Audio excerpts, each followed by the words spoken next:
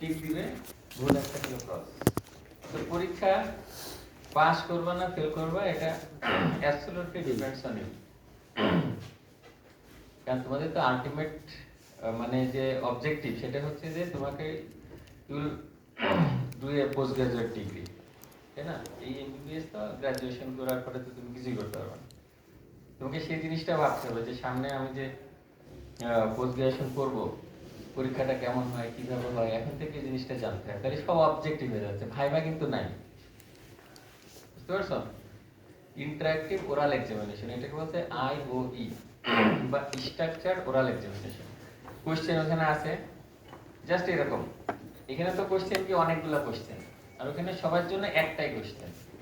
একটা সিনারিও দেওয়া আছে, প্রত্যেকে আসতেছে ওই একটা কোশ্চেনের উপরে পরীক্ষা দিচ্ছে, সে চলে যাচ্ছে, তাকে আইসোলেশন করে আস্তে আস্তে হয়ে যাচ্ছে, তাই না? অস্তিত্ব একই জিনিস সব জায়গায়, সারা বাংলাদেশে একই জিনিস। আবার হচ্ছে যে এগুলো কিন্তু অনেকটাই স্ট্রাকচার হয়ে গেছে, কিন্তু নাম্বার অফ কোশ্চেন এখনো বেশি। তো এরপরে এমন আসবে একটা বা দুইটা কোশ্চেন থাকবে, ওই কোশ্চেনের উপরে সবার পরীক্ষা দিতে হবে। যাই হোক, এখন যে সিস্টেম আছে সেই সিস্টেমের মধ্যেই আমাদের পাস করতে হবে। এই সিস্টেমটা এখনো পর্যন্ত ভালো, এখনো আমাদের এই সিস্টেমটাই জানতে হবে। তাহলে আমরা তো সব জানি যে পরীক্ষার সিস্টেমটা কেমন, কিভাবে পরীক্ষা হচ্ছে, মোটামুটি তো একটা আইডিয়া আছে।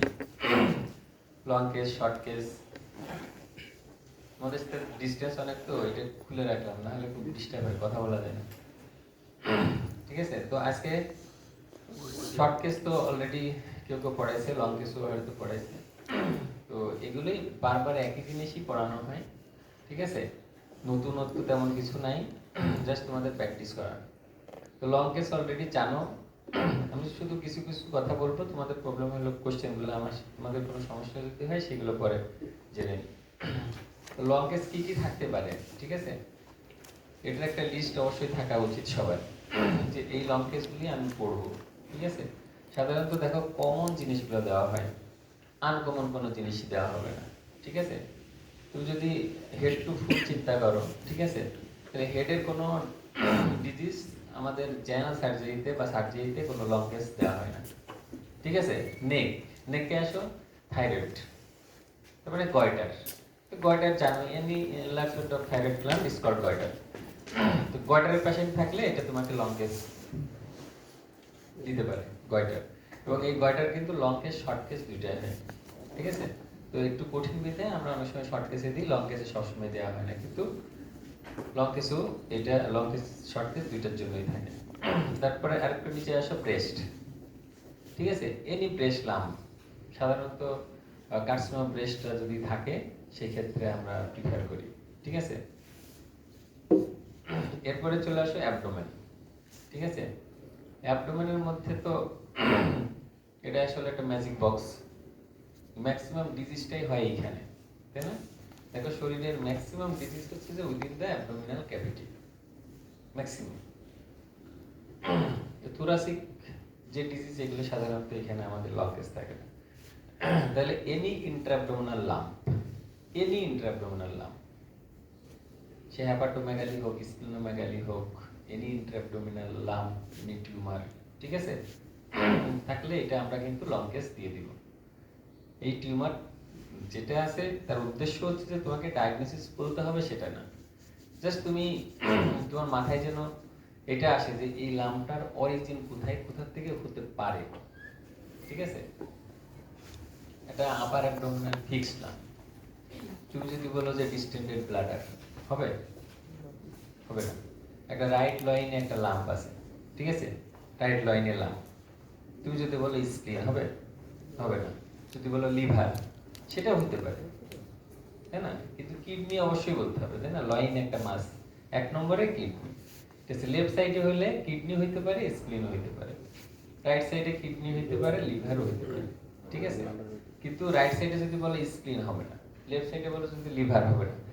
তোমার জাস্ট তোমার ধারণাটা আমরা দেখি যে তোমার অ্যাবডোমিনাল ক্যাভিটিতে কোথায় কোন অর্গানটা আছে, এইটা তুমি ডিটেক্ট করতে পারো। এপিগ্যাস্ট্রিক লাম্পের ক্ষেত্রে যদি বলো, যদি স্টোমাক না নিয়ে আসো বা প্যানক্রিয়াস না নিয়ে আসো বা কোলন না নিয়ে আসো, সেক্ষেত্রে আমরা মাইন্ড করব। কিন্তু এপিগ্যাস্ট্রিক লাম্প যদি বলো কার্সিনোমা রেকটাম, ঠিক আছে, যদি বলো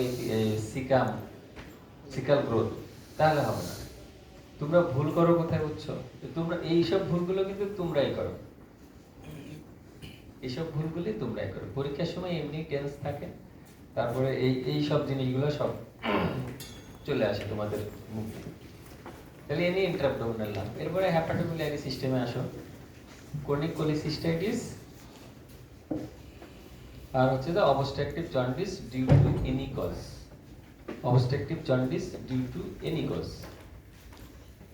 সে কোলোডিকল লিথিয়াসিস হতে পারে, পেরিয়ামপুলারি কার্সিনোমা হতে পারে, carcinoma head of the pancreas হতে পারে, কোলাঞ্জিও কার্সিনোমা হতে পারে, ঠিক আছে, বাইল ডাক্ট স্ট্রাকচার হতে পারে।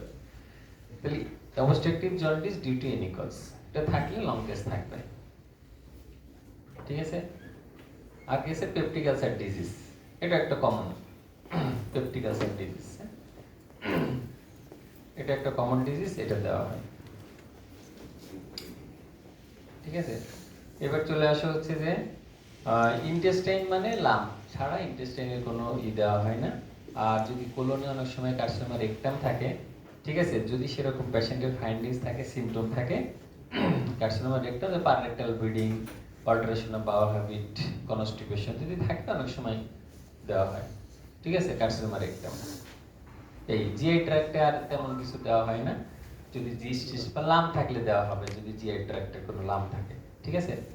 কিডনিতে আসো, মানে ইউরোলজিক্যাল সিস্টেম, এইখানে কিডনি রেনাল স্টোন থাকলে দেওয়া হয়, রেনাল স্টোন, ইউরেট্রিক স্টোন, ঠিক আছে। Haematuria due to any cause, haematuria due to any cause, ঠিক আছে। তাহলে এই haematuria due to any cause, এটা তো অনেক কারণ চলে আসে, তাই না? এর যত মানে ইটিওলজিক্যাল ক্লাসিফিকেশন প্রত্যেকটি এক একটা লং কেস। রেনাল সেল, এই যে রেনাল সেল কার্সিনোমা, সেটা না, রেনাল মাস, ঠিক আছে। আমি কিন্তু দেখো তোমার কোনো হিস্টোপ্যাথোলজিক্যাল ডায়াগনোসিস বলছি না, রেনাল স্টোন এটা তুমি ক্লিনিক্যাল ডায়াগনোসিস বলতে পারবা, রেনাল মাস বলা যাবে, but not renal cell carcinoma. হ্যাঁ, রেনাল মাস মানে এটা চলে আসে তোমার haematuria due to any cause, ঠিক আছে। এর মধ্যে তুমি যদি প্রোস্টেট থেকে শুরু করো, ঠিক আছে, নিচ থেকে প্রোস্টেট গ্ল্যান্ডের কজ, ইউরিনারি ব্লাডার ম্যালিগনেন্সি হতে পারে, ইউরেট্রিক স্টোন হতে পারে, রেনাল মাস হতে পারে, রেনাল স্টোন হতে পারে, ঠিক আছে। এই প্রত্যেকটা জিনিসই তোমার লং কেস চলে আসবে, ঠিক আছে। আর লাম্প মানে এনি ইন্ট্রাঅ্যাবডোমিনাল লাম্প, সেটা আমি প্রথমেই বলছি, যে কোনো ইন্ট্রাঅ্যাবডোমিনাল লাম্পই লং কেস, তার মধ্যে রেনাল মাসও একটা লং কেস, ঠিক আছে। তো কখনো হিস্টোপ্যাথোলজিক্যাল ডায়াগনোসিস এটা বলা যাবে না, কারণ তুমি যে পরীক্ষা দিচ্ছ এটা হচ্ছে ক্লিনিক্যাল পরীক্ষা, নট যে এটা কনফার্ম ডায়াগনোসিস। তোমাদের সমস্যা হয় যে আমি যদি এক্সাক্ট ডায়াগনোসিস বলতে না পারি, তাহলে আমি মনে ফেল করবো। সাপোজ ধরো আর কি থাকে, রিকারেন্ট অ্যাপেন্ডিসাইটিস অনেক সময় থাকে, রিকারেন্ট অ্যাপেন্ডিসাইটিস, ঠিক আছে। দেখো এর মধ্যে তুমি যদি হিসাব করো মিনিমাম 50 থেকে 60টা বা 100টা লং কেস চলে আসবে, ঠিক আছে। এটা তো পড়া সম্ভব না, তাই না? ধরো একটা পেশেন্ট, সাপোজ পেশেন্ট, তো তোমাকে ওইভাবে বলা হবে না যে এটা হলো প্রোস্টেটের পেশেন্ট, এটা হচ্ছে যে কিডনির পেশেন্ট দিলাম তোমার লং কেস হিসেবে, এটা হচ্ছে কার্সিনোমা স্টোমাক, ঠিক আছে। কার্সিনোমা স্টোমাক থাকলে দেওয়া হবে, হ্যাঁ, এটাও একটা লাম, যদি এপিগ্যাস্ট্রিক লাম থাকে বা কার্সিনোমা স্টোমাক থাকলে দেওয়া হবে, ঠিক আছে। তো এই তোমার হচ্ছে যে এইভাবে দেওয়া হয় লং কেসগুলি, ঠিক আছে। সাপোজ ধরো একটা পেশেন্ট তোমাকে দেওয়া হলো তার আপার অ্যাবডোমিনাল পেইন, ঠিক আছে, আপার অ্যাবডোমিনাল পেইন, ডিসকমফোর্ট, ঠিক আছে, তার ভ্যাটিফোন ইনটলারেন্স আছে, ফিমেল পেশেন্ট, সাপোজ ধরো একটা ফিমেল পেশেন্ট 40 কি 50 ইয়ার্স এজ, ঠিক আছে, discomfort after taking fatty food, আর ইউজুয়ালি আপার অ্যাবডোমেন আর রাইট আপার অ্যাবডোমেন, ঠিক আছে, তার অকেশনালি পেইন হচ্ছে, ঠিক আছে।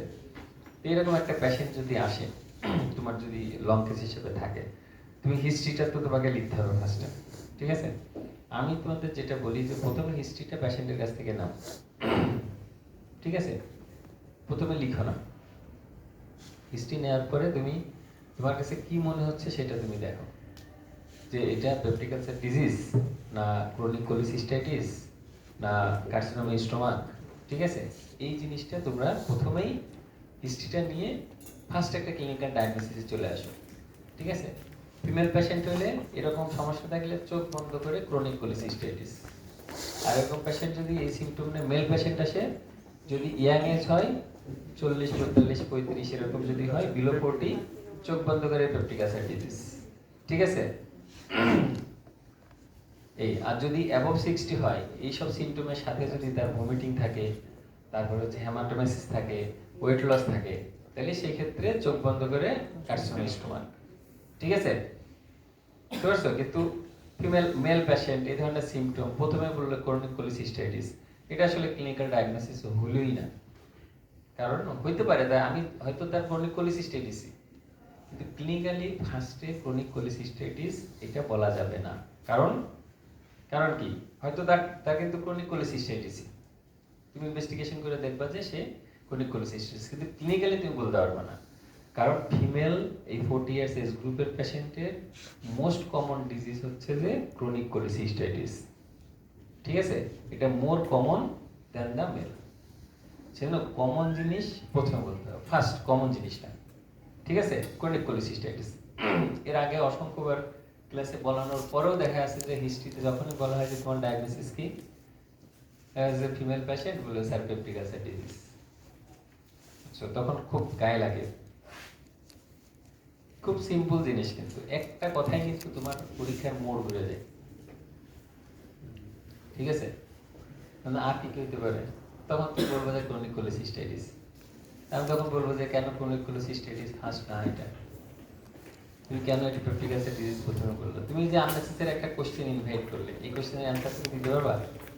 তখন কি বলবা? Sorry sir. পরীক্ষার মধ্যে সরি বলার কিন্তু কোনো সুযোগ নেই। একটা পেশেন্টের অপারেশন ভুলে গিয়ে সরি বললে হবে না তো, ঠিক আছে? তোমাকে কমপ্লিকেশন অবশ্যই হইতে পারে, বাট ইট শুড বি মানে অথেন্টিক কমপ্লিকেশন, ঠিক আছে?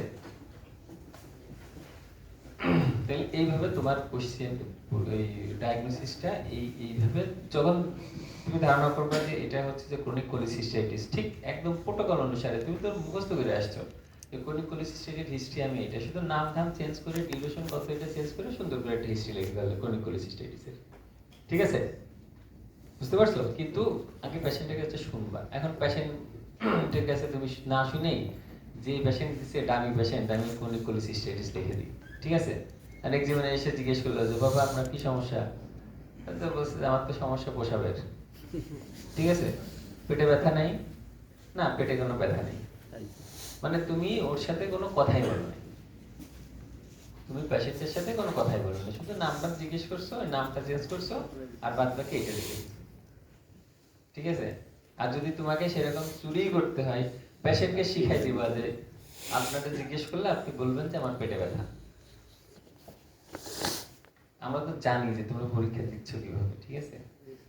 তোমার তো ওই পেশেন্টের সাথে, তোমার হিস্ট্রির সাথে, তোমার ডায়াগনোসিসের সাথে তো মিল থাকতে হবে, হ্যাঁ? ঠিক আছে? এখন তুমি পেশেন্টের স্যালাইন দেওয়া আছে, পেটে ব্যথা, ঠিক আছে? তুমি তার হিস্ট্রি লিখে দিলে যে তার ইউরিনারি কমপ্লেন, প্রোস্টেট বড় বা এই ধরনের কিছু একটা, তাহলে তো হবে না। তোমার পেশেন্টের কাছে আগে কথা বলো, হিস্ট্রি নাও, তুমি দেখো তুমি যে ডিজিজগুলো পড়ে আসছো তার সাথে কোনটা মিলে যাচ্ছে, সেইটা তুমি সেই হিস্ট্রিটা লিখে দিবা। তোমার কঠিন কিছু না, তো তোমার এখানে কোয়ারি করা হচ্ছে না, তুমি যা বলবা তার উপরে পরীক্ষা হবে। কিন্তু পেশেন্টকে জিজ্ঞেস করলে জন্য আমরা ওই অ্যান্সারটা পাই যে পেশেন্টের কমপ্লেন নিয়েই তুমি লিখছো, তাই নাহলে কি হবে, পরীক্ষাটা তোমার একদম টোটালি নকল পরীক্ষা হয়ে যাচ্ছে। আর প্রথমবার যে পরীক্ষা, ফার্স্ট টাইম, ঠিক আছে, এখানে কিন্তু একদম জিরো টলারেন্স, বুঝতে পারছো? এখানে কিন্তু এত লিড টিট দেওয়া হয় না, এখানে কিন্তু এফসিপিএস এর মতো পরীক্ষা। প্রথমবার পাস করতে গেলে তোমাকে সেই সিস্টেমের মধ্যে দিয়ে আসতে হবে, কোনো ধরনের কোনো রিকোয়েস্ট, যত জ্যাক ব্যাক যাই আসুক কোনো লাভ হবে না। প্রথমবার পরীক্ষাতে তোমাকে পড়েই পাস করতে হবে এবং বলে পাস করতে হবে। এক্সটার্নাল যারা আসে তারাও জেনেই আসে, এরা হলো রেগুলার ব্যাচ, প্রথমবার আসছে, অতএব এখানে কোনো কনসিডার নাই। থার্ড টাইম ফোর্থ টাইম হলে সেই ক্ষেত্রে আমরা অনেক সময় কনসিডার করি, কিন্তু প্রথমবার না। আর তোমরা যদি প্রথমবার পাস করতে না চাও তাহলে এভাবে পরীক্ষা দিবা, যে পরের বল আসলে তোমার এমনি পাস হয়ে যাবে। এখন কি তোমরা কি চাও? তোমরা কি ফার্স্ট টাইম পাস করতে চাও না? তাহলে সেইভাবে পড়াশোনা করো। তাহলে লং কেসের প্রিন্সিপালটা বুঝছো তো জিনিসটা? যেমন প্রোস্টেট গ্ল্যান্ড, ওইটা তো রাখবে না, পেশেন্ট হিস্ট্রি দিবে যে তার ফ্রিকোয়েন্সি আছে, আর্জেন্সি আছে, নকচুরিয়া আছে বা হেজিটেন্সি আছে, ঠিক আছে? এরকম একটা হিস্ট্রি দিবে, ঠিক আছে? এখন ফিমেল পেশেন্টের এরকম সমস্যা হতে পারে, পারে না? Frequency, urgency, nocturia, difficult in voiding, female patient হতে পারে না? হ্যাঁ, এটাই তোমাকে বলতে চাচ্ছিলাম যে ফিমেলের তো পোস্টেড নাই, তাহলে ফিমেল পেশেন্টেরও এই সিমটম হতে পারে, হেমাচুরি হতে পারে, ঠিক আছে? এখন তুমি যদি লেখো বিনাইন অ্যালার্জেন অফ প্রোস্টেট, তাহলে কি পাস হবে? শিওর পাস হবে না, একদম শিওর 100%। ওই লং কেসে তুমি কিন্তু জিরো, বাড়ি যাও, ঠিক আছে? কিন্তু এই যে লোয়ার ইউরিনারি ট্র্যাক্ট সিমটমস, এটার কারণ কি only prostate gland? No, urinary tract infection হতে পারে, ব্লাডার স্টোন থাকতে পারে, ব্লাডার নিউপ্লাজম থাকতে পারে, তাই না? এই সবগুলোর জন্যই তোমার লোয়ার ইউরিনারি ট্র্যাক্ট সিমটমস গুলি হবে, ঠিক আছে? স্ট্রিকচারও হতে পারে ফিমেল পেশেন্টের, ডিফিকাল্ট ইন ভয়েডিং হতে পারে। এই যে আর্জেন্সি, হেজিটেন্সি, এই জিনিসগুলো জানতে হবে। আর্জেন্সি কাকে বলে? হেজিটেন্সি বলতে কি বোঝায় বলো একজন? আর্জেন্সি কি? তুমি দাঁড়াও, what do mean by urgency?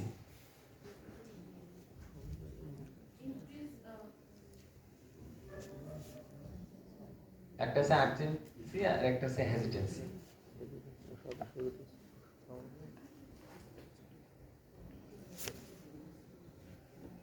আমাদের অনলাইন যে ক্লাসগুলো আমরা নিয়েছিলাম, কতটা লাভ হয়েছিল? সব কি ওই জয়েন করে ঘুমাইতে নাকি? হ্যাঁ, জয়েন করার পরে ঘুম দিতে একটা নাকি, যে জয়েন করে থাকি পার্সেন্টেজটা তো আসতে। হ্যাঁ,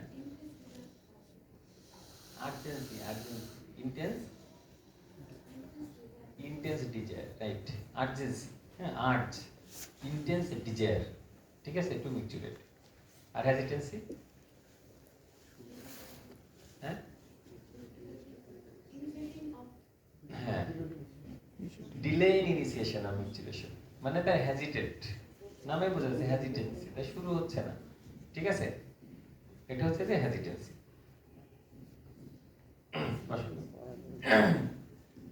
এই প্রত্যেকটা জিনিস সেভাবে তোমাকে এক্সপ্লেন করতে হবে, জানতে হবে। শোনো, ক্লিনিক্যাল যদি হিস্ট্রি তো নিতে পারো, আর হিস্ট্রির এই যে সিমটমগুলো হচ্ছে, এই সিমটমগুলো যদি ডিটেইলস জানো, তাহলে তুমি অনার্স মার্কস পাবা।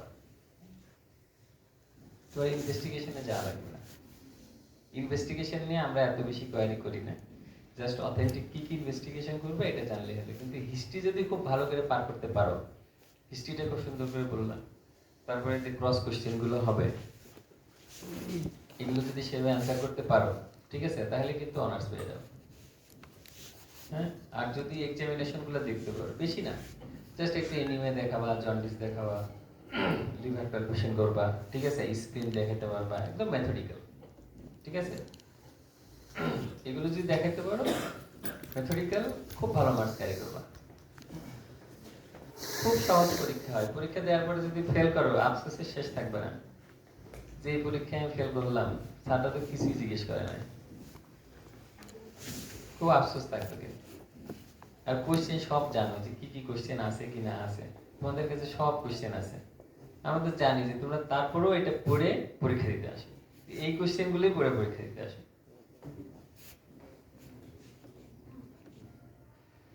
ঠিক আছে? তাহলে লং কেস আমার আজকে topics mainly long case. Long case সম্বন্ধে ডিটেইলসে একটা একটা করে ধরে পড়ানো সম্ভব না, ঠিক আছে? তাহলে এইভাবে তোমরা হচ্ছে যে প্রত্যেকটা জিনিসের কোয়ারি করবা। হ্যাঁ, কার্সিনোম ব্রেস্ট থাকতে পারে, কার্সিনোম ব্রেস্ট থাকলে কি কি বিষয়ে হিস্ট্রি নিতে হবে, হ্যাঁ, এই জিনিসটা তোমাকে করতে হবে। কার্সিনোম ব্রেস্টের কি কি বিষয়ে হিস্ট্রি নিতে হবে, কনসেন্ট্রেট করতে হবে কোন দিকে। একটা এজ একটা ফ্যাক্টর, ঠিক আছে? এজ পেশেন্ট সাধারণত কার্সিনোম ব্রেস্ট মোস্ট কমন হচ্ছে ফিমেল, তাই না? মেলেরও হয়, ঠিক তো? 1 to 2% ক্ষেত্রে মেল কার্সিনোম ব্রেস্ট হয়। তাহলে একটা এজ একটা ফ্যাক্টর, ফ্যামিলি হিস্ট্রি একটা ফ্যাক্টর। তোমাকে এটা ডিটেলস লিখতে হবে যে ফ্যামিলিতে বিশেষ করে ম্যাটারনাল বা মায়ের দিকের ফ্যামিলি কোনো কারোর ব্রেস্ট ক্যান্সার ছিল না, ঠিক আছে, বা আছে কিনা এটা দেখতে হবে। তার হ্যাঁ হ্যাঁ তার হচ্ছে যে আর কি হিস্ট্রি না, মিনিস্টার হিস্ট্রি নিতে হবে। তার হচ্ছে যে প্যারিটি, ঠিক আছে, হিস্ট্রি নিতে হবে। ব্রেস্ট ফিডিং করাইছে কিনা সেই হিস্ট্রি নিতে হবে, ঠিক আছে। ওরাও কন্ট্রাসেপটিভ পিল খায় কিনা, মানে তার ইটিওলজিক্যাল যে ফ্যাক্টরগুলো আছে প্রত্যেকটা জিনিস সম্বন্ধে কোয়ারি করতে হবে। এজ অফ মিনার্কি, ঠিক আছে, অ্যান্ড এজ অফ মেনোপজ, এই প্রত্যেকটা জিনিসের হিস্ট্রি নিয়ে তোমাকে লিখতে হবে ডিটেলস। তারপর তোমার এক্সামিনেশন গুলো সাধারণত এখানে খুব একটা দেখানো হয় না, কিন্তু এখানে অনেক কোশ্চেন যদি থাকে তোমাকে করা হবে। কার্সিনোম ব্রেস্ট, কি কি ধরনের কার্সিনোম ব্রেস্ট আছে, অ্যাক্সিলা দেখছো কিনা, মেটাস্টেজ আছে কিনা, কোথায় কোথায় মেটাস্টেজ হতে পারে, ঠিক আছে, এই ডিটেলস জিনিসগুলো তখন এর মধ্যে চলে আসবে। কি কি ইনভেস্টিগেশন করবা, ইনভেস্টিগেশনের মধ্যে এফএনএসিটা এখন আসলে কেউ শুনতে চায় না, ঠিক আছে। তোমার মাথায় থাকে এফএনএসি, তুমি বলবো যে আমি স্যার ট্রু কাট বায়োপসি করবো, ট্রু কাট বায়োপসি, ঠিক আছে। এখন যদি তোমার এক্সামিনার বলে এখানে এফএনএসি করবা না, না স্যার, ঠিক আছে। কারণ এফএনএসি হলো cytological diagnosis, it may be false বা ইট মে বি নেগেটিভ, ঠিক আছে। নেগেটিভ হলো এফএনএসি তে নেগেটিভ হওয়ার চান্স হলো বেশি then true cut biopsy. True cut biopsy হলো বায়োপসি, ঠিক আছে। You have to take tissue, not cell. FNAC তে just you have to take cell, but in true cut biopsy you have to take tissue from the breast, and most of the cases it will be diagnosed as a positive case. So তোমাকে এফএনএসিটা না বলে তুমি বলবা true cut biopsy. এখন এটাই করা হয় সাধারণত, এফএনএসিটা এখন অ্যাভয়েড করা হয়, ঠিক আছে, ট্রু কাট বায়োপসি করা হয়। এইভাবে তোমার অথেন্টিক ইনভেস্টিগেশন তোমাকে যায়। এরপরে কি ট্রিটমেন্ট অপশন আছে, ট্রিটমেন্ট অপশনের পরে কি কি ট্রিটমেন্ট অপশন আছে, কি কি সার্জারি করা যায়, ঠিক আছে, name of the surgery, complication কি,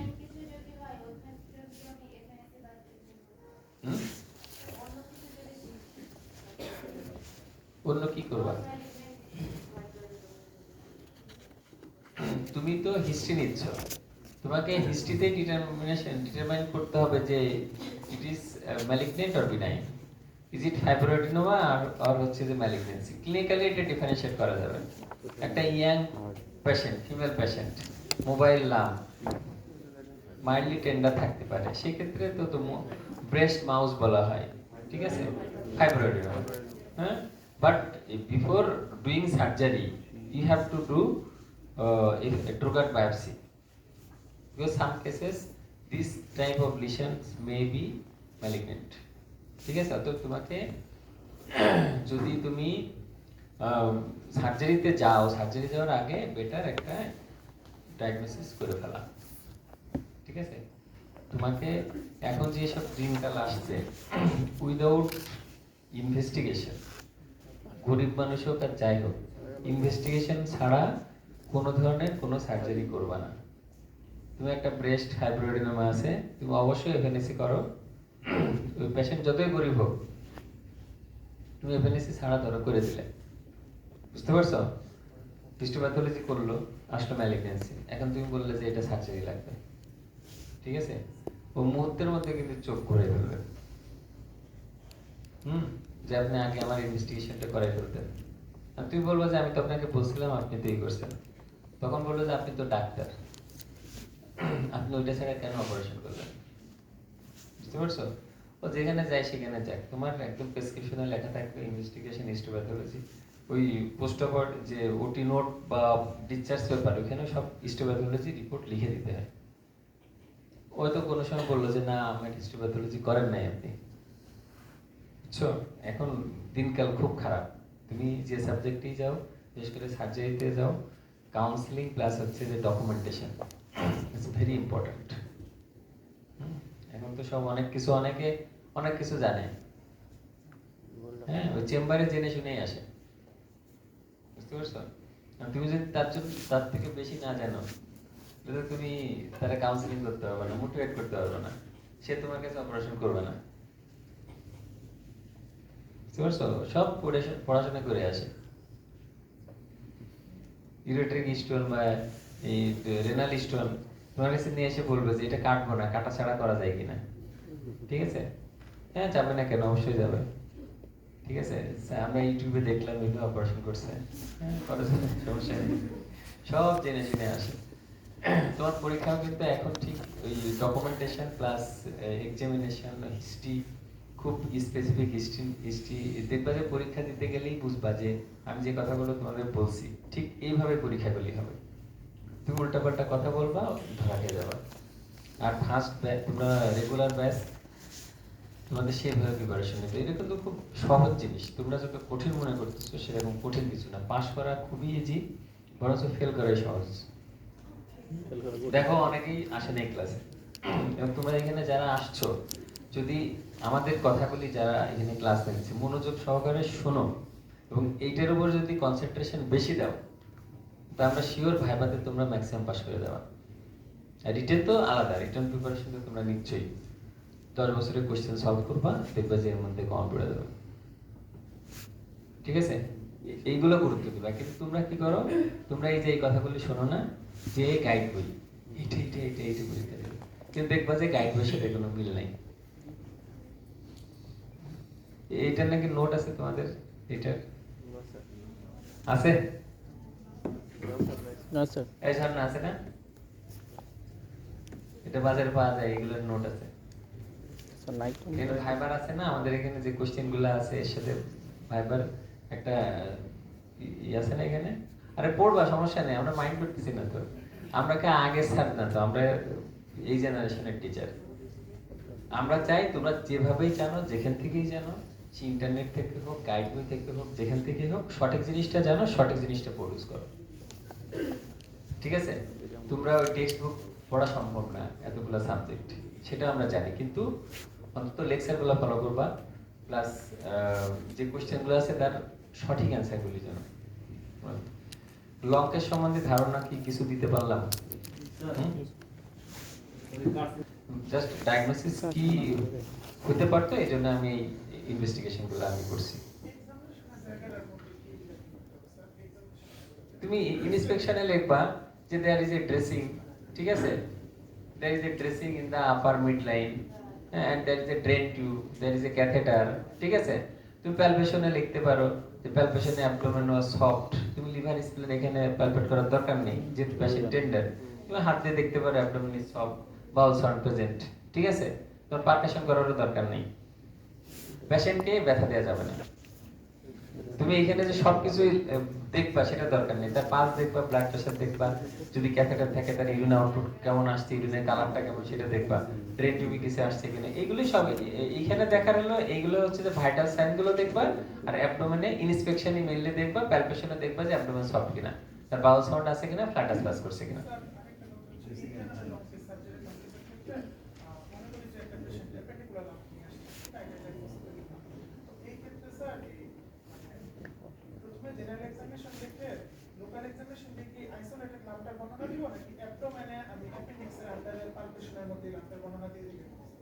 অ্যাপেন্ডিক্সের আন্ডারে কেন লিখবা? লোকাল এক্সামিনেশন মানে তুমি সার্জারিতে প্রথমে হলো জেনারেল এক্সামিনেশন, তারপরে লোকাল, ঠিক আছে? তো লোকাল এক্সামিনেশনের মধ্যে তুমি যেটা লিখবে যে অ্যাপেন্ডিকুলার লাম্প পাইছো, ঠিক আছে? সেটা ডিটেইলস ডেসক্রিপশন দিবা। There is a lump in the right lower abdomen, approximately এত সেন্টিমিটার in size, ঠিক আছে? পেইন আছে কিনা, কনসিস্টেন্সি কেমন, ডিটেইলস লিখবে। তারপরে তুমি লিখে দিতে পারো যে no organomegaly, liver, spleen, kidney is not palpable, সেটা লিখে দিতে পারো। বা তুমি ভাগ করে লিখতে পারো। ইন্সপেকশন তুমি ইন্সপেকশনে লিখবা, প্যালপেশন লিখবা, পারকাশন লিখবা, অসকালটেশন লিখবা, সবগুলো লিখবা। স্যার তখন কি তাহলে আলাদা করে অ্যাবডোমেন এক্সামিনেশন আর লিখবো না স্যার, শুধু লোকালটাই থাকবে? আলাদা করে অ্যাবডোমেন এক্সামিনেশন মানে কি বুঝাতে যাচ্ছে? বুঝতে পারতেছি না। অ্যাপেন্ডিক্সে মনে করেন একটা লাভ হ্যাঁ। তাহলে অ্যাবডোমেনে যখন আমরা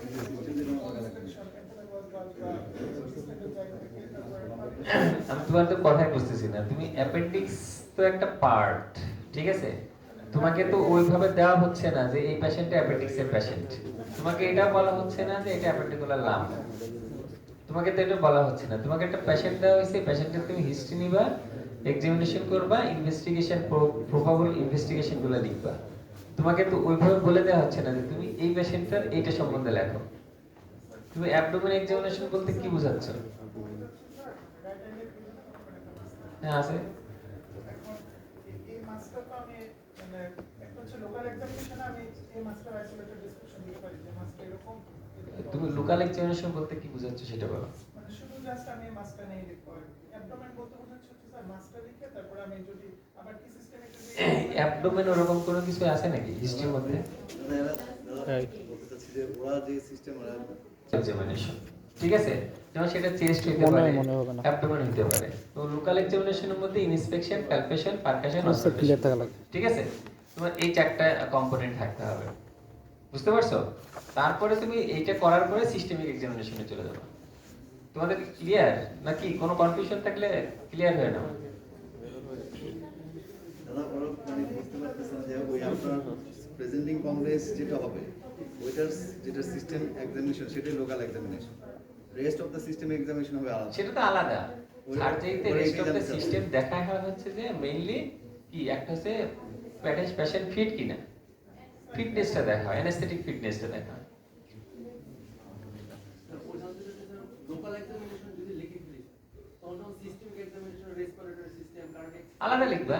তখন ওই জায়গায় অ্যাবডোমিনাল সিস্টেমে কি লিখব? আমি তো অলরেডি বর্ণনা দিয়ে ফেলেছি। ওই জায়গায় অ্যাবডোমেন কোথায়? লোকালই তো একদম লোকাল বলতে আমি সিস্টেমটা বোঝাচ্ছি না স্যার, আমি মনে হয় বুঝাতে পারি না। লোকাল বলতে গাইডলাইনে যেটা একটা মাস্টার স্যার হ্যাঁ এই মাস্টার পাবে মানে বর্ণনা দিতে হবে। হ্যাঁ এই মাস্টার বর্ণনার সাথে কি আমার কথাগুলো চলে আসবে যে আমি কোনো সিস্টেমে কোনো মাস পাই না বা পাল্টা বলনা সিস্টেম পাল্টা বলনা বা এটা আদার অর্গান সেটা বলো। শোনো তো ওর রান তোমার ক্লিয়ার। একটা তোমার যখনই দেখবে একটা লাম্পের কথা বললো, তুমি হিস্ট্রিতে মনে করলে যে তার একটা এখানে সমস্যা, তুমি ফার্স্টে পেশেন্টের হাত দেওয়ার আগে কি ইন্সপেকশন করবা? পেশেন্টের অ্যাবডোমেন তুমি ইন্সপেকশন করলে, ঠিক আছে? ইন্সপেকশন ম্যাথমেটিক্যালি করলে, কোনো ফাইন্ডিংস আছে কিনা নোট করলে, তারপর প্যালপেশন। প্যালপেশনে তোমাকে ম্যাথমেটিক্যাল করতে হবে। পেশেন্টকে ফার্স্টে জিজ্ঞেস করবা যে আপনার ব্যথা আছে কিনা। যদি ব্যথা থাকে সেখানে সবার পরে হাত দিতে হয়, ঠিক আছে? তারপরে এন্টি ক্লকওয়াইজ তুমি পেশেন্টের সুপারফিশিয়াল অ্যান্ড ডিপ প্যালপেশন করলা, ঠিক আছে? এই প্যালপেশন করতে যে তুমি দেখলে যে এখানে একটা লাম্প আছে, ঠিক আছে? নন টেন্ডার লাম্প, টেন্ডার লাম্প তোমার দেওয়া হবে, নন টেন্ডার লাম্প। তুমি দেখলে যে একটা লাম্প আছে, তুমি লাম্পটার ডিটেলসটা তুমি প্যালপেশন করে নিয়ে নিলে, যে সাইজ, শেপ, কনসিস্টেন্সি, ফিক্সিটি। এরপরে তুমি একইভাবে লিভার, স্প্লিন আর কিডনি প্যালপেট করে ফেললে, ঠিক আছে? এরপরে আসে পারকাশন। পারকাশনে তুমি করে ফেললে অ্যাসাইটিস আছে কিনা দেখে ফেললে, বা আপার পার্ট অফ লিভার ডায়ালিস আছে কিনা দেখে, তারপর অস্কালটেশন, তো অস্কালটেশন করে ফেললে।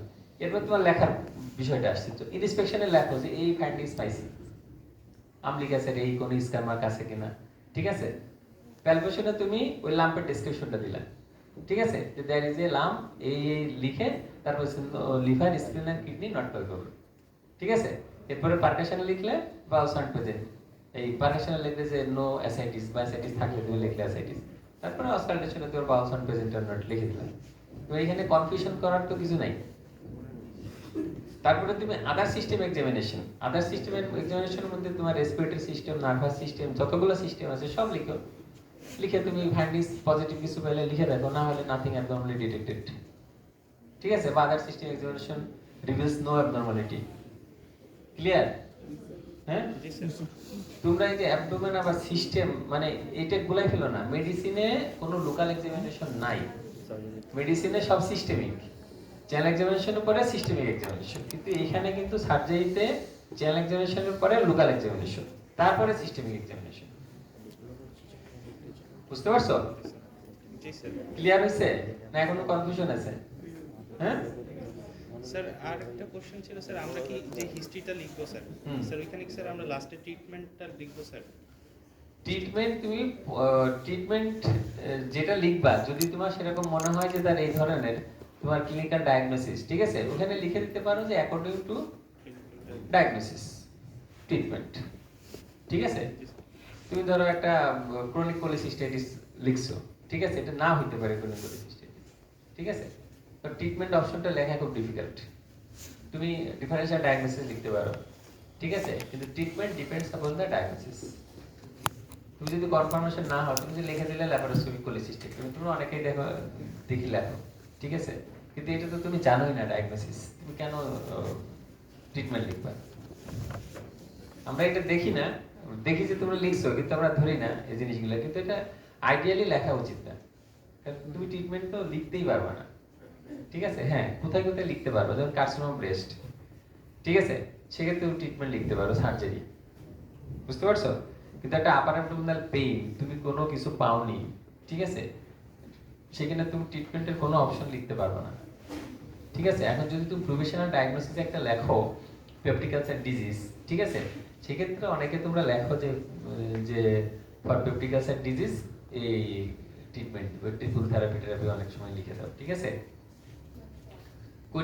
কোনিক কোলিসিস্টাইটিস হলে ল্যাপারোস্কোপিক কোলিসিস্টেক্টমি, এই ট্রিটমেন্ট অপশনটা তোমরা যদি নাও লেখো, যদি এরকম অ্যাবডোমিনাল কেসের ক্ষেত্রে, সেই ক্ষেত্রে সমস্যা নেই। যেমন ধরো একটা ইন্ট্রাঅ্যাবডোমিনাল লাম্প আছে, ঠিক আছে, তারপর একটা ইন্ট্রাঅ্যাবডোমিনাল লাম্প আছে, প্যাশেন্টের কোনো ইন্টেস্টিনাল অবস্ট্রাকশন নাই বা কোনো প্রেশার ইফেক্ট নাই, তুমি যদি লেখো যে এটা আমি ল্যাপারোটমি করব, ঠিক আছে, যে মাই নেক্সট প্ল্যান হচ্ছে ল্যাপারোটমি, হ্যাঁ, তাহলে আমরা খুব খুশি হব, ঠিক আছে।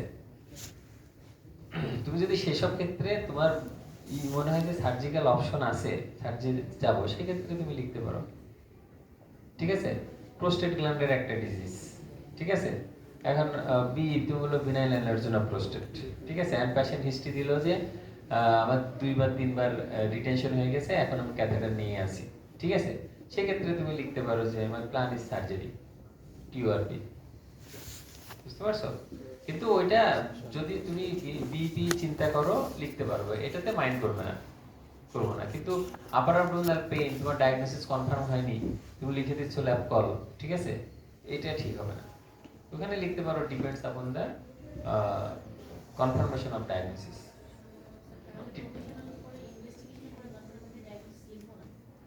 কনফার্মেটরি ডায়াগনোসিস কিভাবে লিখবে তুমি? এটা কেন লিখবে? হিস্ট্রি প্রোটোকলে তো আসবেই। হিস্ট্রি কখন শেষ হবে? ইনভেস্টিগেশন রিপোর্ট আসার পর্যন্ত এবং ফলো আপ। হিস্ট্রি কি শেষ হবে এত সহজে? ও যতদিন ও বেঁচে থাকবে ততদিন হিস্ট্রি চলবে, টু বি কন্টিনিউড। হ্যাঁ, প্রফেশনাল ডায়াগনোসিস, ইনভেস্টিগেশন, হ্যাঁ, আর ট্রিটমেন্ট যদি এই ধরনের কেস থাকে ট্রিটমেন্ট লিখতে পারবা। কার্সিনোমা ব্রেস্ট করছে তুমি ট্রিটমেন্ট, থাইরয়েড আছে থাইরয়েডেক্টমি, ঠিক আছে, আসছে।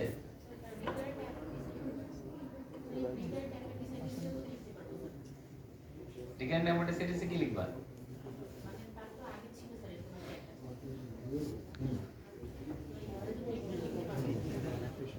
কনফার্ম না তো রিগার্ড অ্যাপেন্ডিসাইটিস? কনফার্ম তো রাইট লোয়ার ইউরেট্রিক স্টোন হইতে পারে, রাইট মিড ইউরেট্রিক স্টোন হইতে পারে, পারে না? তুমি লিখে দিলে যে আমি তোমার ট্রিটমেন্ট প্ল্যান হচ্ছে যে অ্যাপেন্ডিসেক্টমি, তুমি ইনভেস্টিগেশন করে দেখলে যে রাইট মিড ইউরেট্রিক স্টোন, এই পেইনটা এই কারণে হচ্ছে। তুমি recurrent appendicitis is your first diagnosis, কিন্তু এখানে তো ডিফারেনশিয়াল ডায়াগনোসিস আছে, বুঝতে পারছো? যেসব জায়গায় তুমি দেখবা যে একদম মানে রিভিল যে এখানে আমার সার্জারি লাগবে, সেখানে তুমি সার্জারি অপশন লিখতে পারো, ঠিক আছে। আমি বললাম যে ইন্ট্রাঅ্যাবডোমিনাল লাম্প যদি থাকে তুমি লিখতে পারো ল্যাপারোটমি করব, কিন্তু কি সার্জারি করবে এটা কিন্তু তুমি জানো না, বুঝতে পারছো? এটা তুমি জানো না কি সার্জারি করবে। কার্সিনোমা ব্রেস্ট, হ্যাঁ, এখানে তুমি সার্জারি লিখতে পারো যে মাস্টেক্টমি উইথ অ্যাক্সিলারি ক্লিয়ারেন্স লিখতে পারো, কারণ তুমি দেখতেছো যে এটা একদম রিভিল ম্যালিগন্যান্সি। মানে যেখানে তোমার ডিফারেনশিয়াল ডায়াগনোসিস অনেকগুলি আছে সেই ক্ষেত্রে তুমি ওইভাবে লিখতে পারবে না, ঠিক আছে। যেখানে সার্জারি একদম ক্লিয়ার কাট সেখানে তুমি সার্জিক্যাল অপশন লিখে দিতে পারো, বুঝতে পারছো জিনিসটা? হিস্ট্রিটা শোনো, এটা হইতে হবে লজিক। তোমার হাতে কোনো ইনভেস্টিগেশন নাই, তোমার হাতে আছে শুধু পেশেন্ট আর তুমি, বুঝতে পারছো?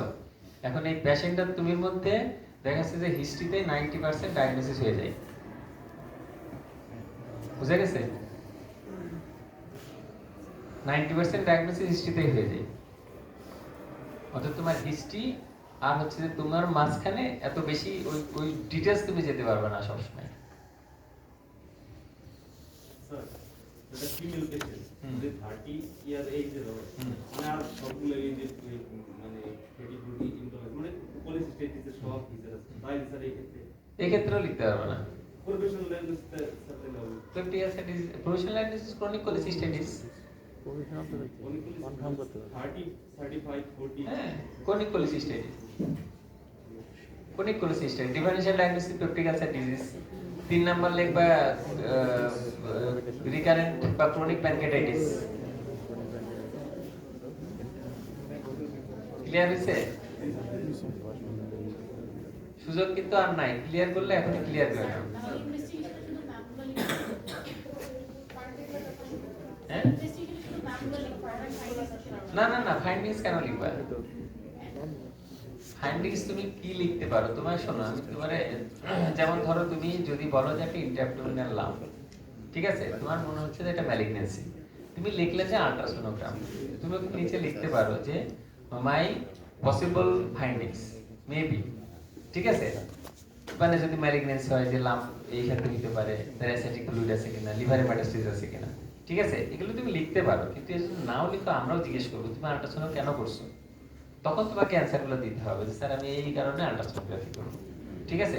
ধরো আপার অ্যাবডোমিনাল কোলিসিস্টাইটিস ডায়াগনোসিস তুমি আল্ট্রাসোনোগ্রাফি করলে করে তুমি যদি লেখো যে ফাইন্ডিংস কোলিলিথিয়াসিস, ঠিক আছে, তুমি এটা তো লিখতে পারবে না, এটা সম্ভব না লেখা, ঠিক আছে, তুমি লিখে রাখো আল্ট্রাসোনোগ্রাফি, তখন আমরা জিজ্ঞেস করবো যে তুমি হোয়াট ইজ ইউর এক্সপেকটেশন, ঠিক আছে, তখন তোমাকে বলতে হবে যে আমি এই, এখন যদি কেউ ডায়াগনোসিস লেখো কোলিলিথিয়াসিস, প্রফেশনাল ডায়াগনোসিস যদি কেউ লেখো কোলিলিথিয়াসিস, তার পাস করানো উচিত, উচিত কিনা বলো? তোমাদের এখানে 50% এর বেশি স্টুডেন্ট লেখবে কোলিলিথিয়াসিস। দেখো তোমরা এখন যারা বলতেছো তারাই লিখবা যে ডায়াগনোসিস কোলিলিথিয়াসিস। তোমাদের এগুলো ভিডিও করে দেখাইলে তখন বুঝতে যে আমরা কি বলি। হ্যাঁ,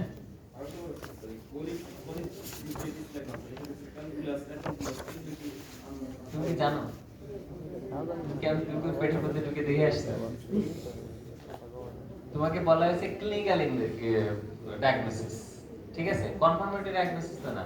তোমাদের আমি কিন্তু প্রথমে এসেই বলছি, প্রথম কথাই আমি বলছি কি, তোমাদের একটা ইচ্ছা যে আমি যদি সঠিক ডায়াগনোসিস বলতে না পারি আমাকে মনে হয় সার্টার ফেল করে দিবে। সঠিক ডায়াগনোসিস না বললে ফেল, সঠিক ডায়াগনোসিস বললেই বরং ফেল করবা। সঠিক ডায়াগনোসিস যদি বলো তাহলে ফেল করবা, কারণ সঠিক ডায়াগনোসিস বলা মানেই আমরা ধরে নিব যে তুমি এই পেশেন্ট সম্বন্ধে জানো, বুঝতে পারছো? এবং ওই পরীক্ষাটা সবচেয়ে খারাপ হয়। কারণ কি, তুমি ধরো জানো এই তো আমার কমন পড়ছে, তো গলিস্টন আছে, তুমি উইলিংলি হোক আনউইলিংলি হোক তুমি ওখানে লিখবা যে my diagnosis is chronic calculous cholecystitis অথবা কোলিলিথিয়াসিস, তুমি এইটাই লিখে দিবা। এবং এটা লেখা মানে কিন্তু তুমি ওখানে ধরা খেয়ে বসে থাকলে।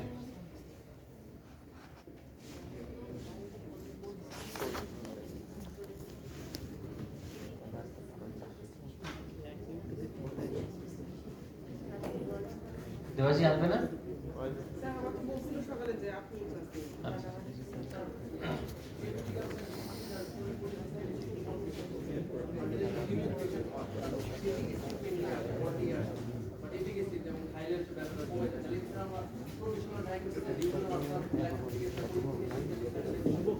হ্যাঁ,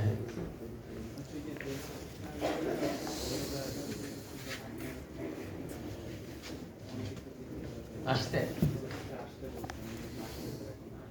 আচ্ছা, আসো তুমি দেখা দিচ্ছি। দেবাজি মনে হয় আসবে না, অপারেশন আছে।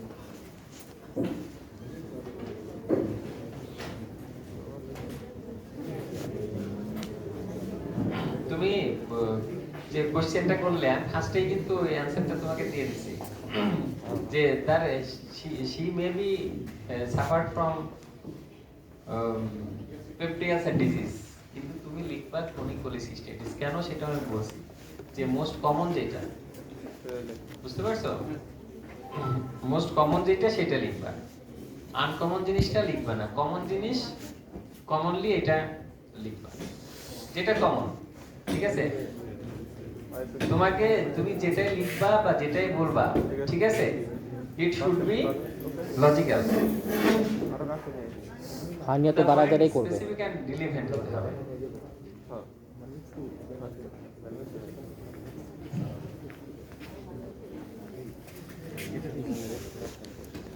আস্তে